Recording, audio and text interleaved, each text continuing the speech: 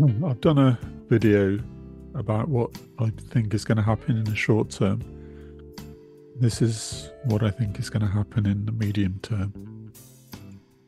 The further we get from the present, the harder it is to be sure about what is going to happen next. Bible prophecy isn't about telling the future, it's more about interpreting events in the light of the Bible. In a previous video, I set out what I think is going to happen in the short term. Things will appear to get better. Israel and its allies will prosper. That is, Israel will defeat its immediate enemies, and there will be a time of peace and prosperity. However, this situation is not permanent.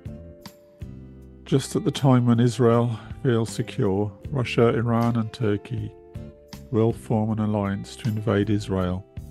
The allies of Israel are the Tarshish nations, that is Britain, her ex-colonies and the USA, Saudi Arabia and the Gulf states. These will all protest but be powerless to stop the invasion. This is a time of God's judgment on the enemies of Israel. He will destroy them himself on the mountains of Israel. Ezekiel chapter 39 verse 4. Thou shalt fall upon the mountains of Israel, thou and all thy bands, and the people that are with thee. I will give thee unto the ravenous birds of every sort, and to the beasts of the field to be devoured. At this point, many nations will learn that the Lord is God. Ezekiel 38 verse 23. Thus will I magnify myself and sanctify myself, that I will be known in the eyes of many nations, and they shall know that I am the Lord. There will then be a 7-month interlude when Israel clears up the debris from the destruction that the Lord has wrought upon its enemies. In total, there will then be 7 years during which the Israelites will use the weapons of their enemies for fuel. Ezekiel 39 verse 9.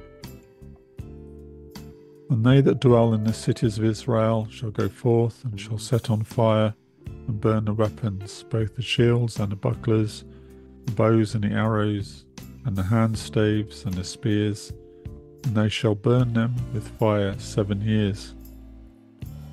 The question asked by many about this passage is why a modern army would be fighting with such antiquated weapons.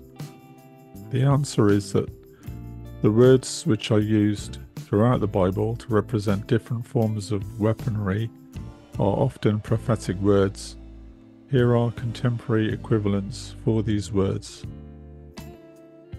Shields and bucklers represent armor, particularly protective armor.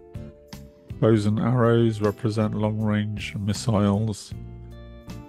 Hand staves represent handheld weapons such as rifles. Spears represent short-range weapons such as anti-tank missiles and rocket-propelled grenades.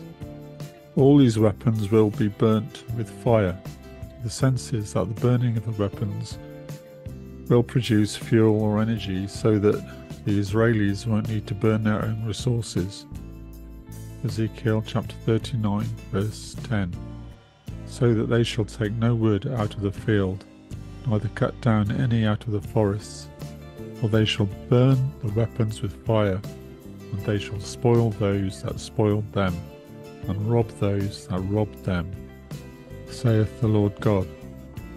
Israel is a leader in waste energy recycling, and I believe they will find a way to recycle this massive stockpile of weapons to create free energy for their nation.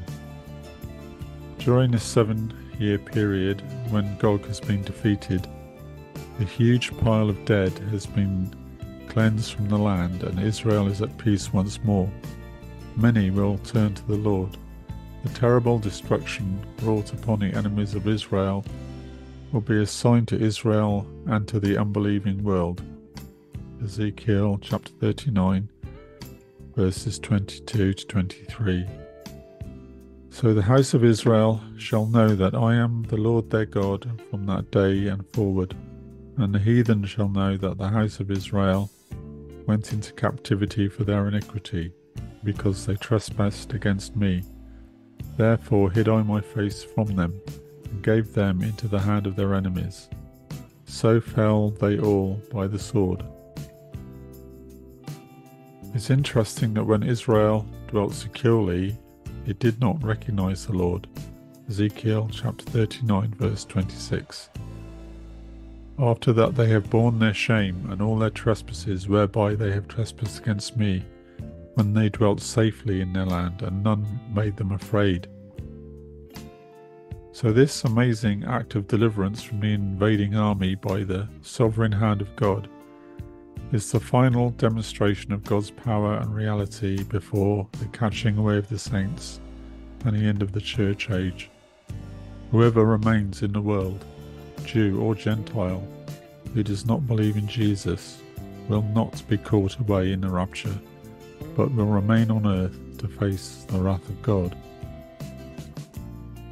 And this wraps up the time of the church upon earth, and it will be followed by the tribulation, which I'll cover in the next video. So thank you for listening. If you found this video interesting, you can find more information at prophecy-workshop.com.